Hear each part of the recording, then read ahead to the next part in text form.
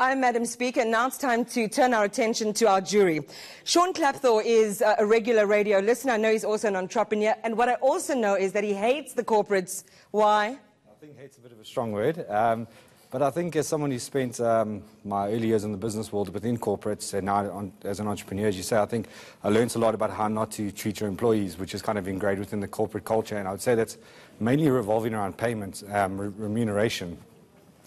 You have a situation where CEOs are taking home millions of rands every month, and yet the average worker can't even afford to get medical care and kind of vital things like that. On top of that, businesses are now banking billions of rands. But they'll say they have to be sustainable. You've got to pay your talent, you know, the top people in the company, top dollar, in order to keep them. I think the cynical kind of view would be, well, this top management just happens to be white males. So I think there's a lot of people lower down that could do the same job if they got the opportunity and the training. So, yeah, I think corporates, their reach in society goes pretty deep. And I think a lot of the issues that kind of, not really moral issues, but just social issues come down to the fact that most workers in South Africa can't afford to feed their families. Janet Shoba, let's turn our attention to you.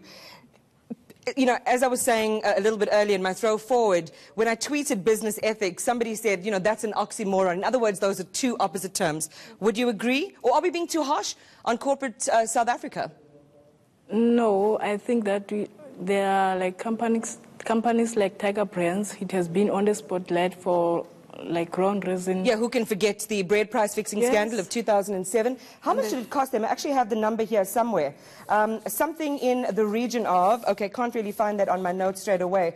Here it is. 98.7 million rand penalty they paid. Yes, but then they didn't learn from that. They also, this year, 180 people died because of listeriosis. And my question I'm just wondering, what have they done to those families of those people who have died? Did they go back to support them? What did they do? Like, do they ever learn, or money is more important than people's lives?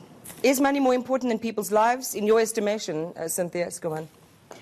I think certainly corporates handle many of these ethical failures so badly that we can be led to the wrong conclusion. And I think one of the challenges, speaking to what our panel was talking about, of saying, yes, of course, they're bad apples. In fact, they're outright rotten apples. But what we're failing to focus on is, what are all the other sort of ordinary companies doing? Are they sitting there being ethically neutral? And I'll tell you, that's not good enough. It's not even vaguely good enough. We're sitting in a country, you referred to the context, we're sitting in a country where we are really in a very, very poor ethical space. Our corporate sector can make an enormous contribution towards improving the ethics and the ethical perceptions in this country. I think there's not room for neutrality. But coming back to that particular point, the other factor that I think we have to take into account is that the handling of an ethical crisis, what it's often most revealing of, is what the organization really prioritizes. Is it profit or is it care? And a lot of people would say it's profits over people. Akhona, though, I think you're kind of the lone ranger in terms of, let us believe. You have the evangelical voice on the panel. Why do you believe that all is not lost when it comes to corporates and ethics? I do believe that corporates are now becoming a law unto themselves, firstly. There's a failure with the professional bodies as well as the regulatory bodies.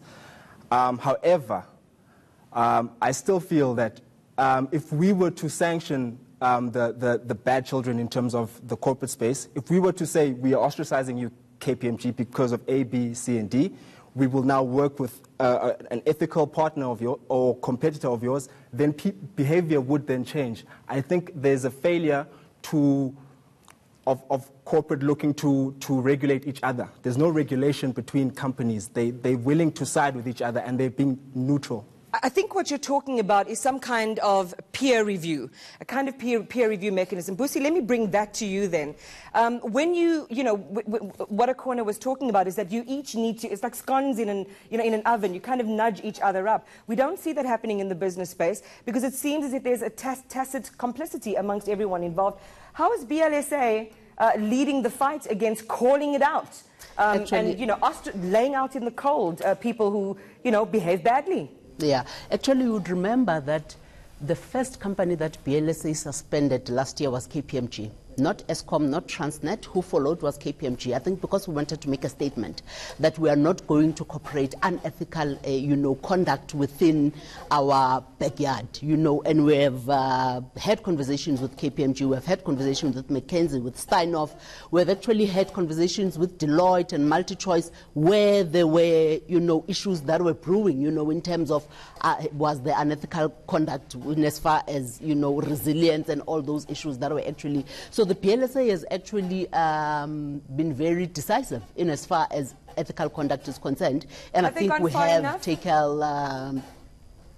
have taken steps to ensure that our companies do toe the line, as it were. Have they gone far enough, though, Iraj? They have not, but that's an organization. Your main point is that are the corporates reinforcing good ethics amongst themselves, and the answer is no. Had they done it, Old Mutual now shouldn't be supporting KPMG. As we speak, Nedbank eventually dropped it after 18 months. But what is so magic about the ethical question for Old Mutual not to make the same point the same day that BLSA did? If the same day that BLSA said, KPMG, you're not fit to be part of us, every other corporate should have said, yes, that's the ethical line. And that would have sent a different message. But of course, there are a whole lot of other ethical issues within organizations that we should come to. I'm going to come back to what the fix is a little bit later on, but let me go back to my jury, and anyone can jump in on this one. We have all of these laws and we have all of these scandals at play out, which seem to be like at a complete disjuncture. What is the effect on the every person? Sean, Jeanette, what is the effect on people like yourselves, just everyday South Africans? Like as an individual or as a customer, you just go to buy the products because you trust the brand, because the brand has been there for years, not because of the quality of the products in most cases. That's why we... But are we becoming more discerning? We want to get good value back. We care if a company cares. Yes, but then there are pure people that don't know or don't just go for what they can afford. So in most cases, you'll find that some people don't really know what's going on. Is it about a lack of information as well, Sean? I don't think so. I think there's the information out there. If you just look at the whole H&M scenario at the beginning of the year, how they've still grown after the kind of lines they crossed. So I think there's that issue. But I think on a broader topic, I think the big downfall of corporates is the mantra of that we are here to, you know, post a profit to our shareholders and look after our shareholders, which is obviously understandable. But I think it should be our shareholders and society. And I think if we kind of change if corporates could change their view and stop making it so, you know, about just the shareholders and more of a societal issue. But where does it leave people's agencies? I mean, we saw with the story around Momentum, it was only for the collective action of citizens in this country that forced their hand. They were intransigent, they wouldn't pay, then they would pay a little bit, and then they acquiesced and said, we will pay. There is a lot to be said for citizen agency. Cynthia, wouldn't you agree? It's the organization that is not taking that into account is being honestly, foolishly naive, and I'm being polite. For Momentum to have looked at the fact that the legality of their policy, by the way, held up perfectly.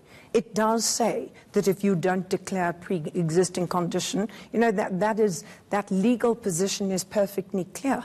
But they walked into that eyes wide open without thinking about ethics, without adding that crucial ethical value of care. And I mean, we can add many more examples, and that changes the argument. And so, I mean, they did themselves a massive disservice by you continually denying the claim and then changing their mind. It would suggest that we need more of the same. We'll get some closing statements from my panel and my jury. I'm Madam Speaker.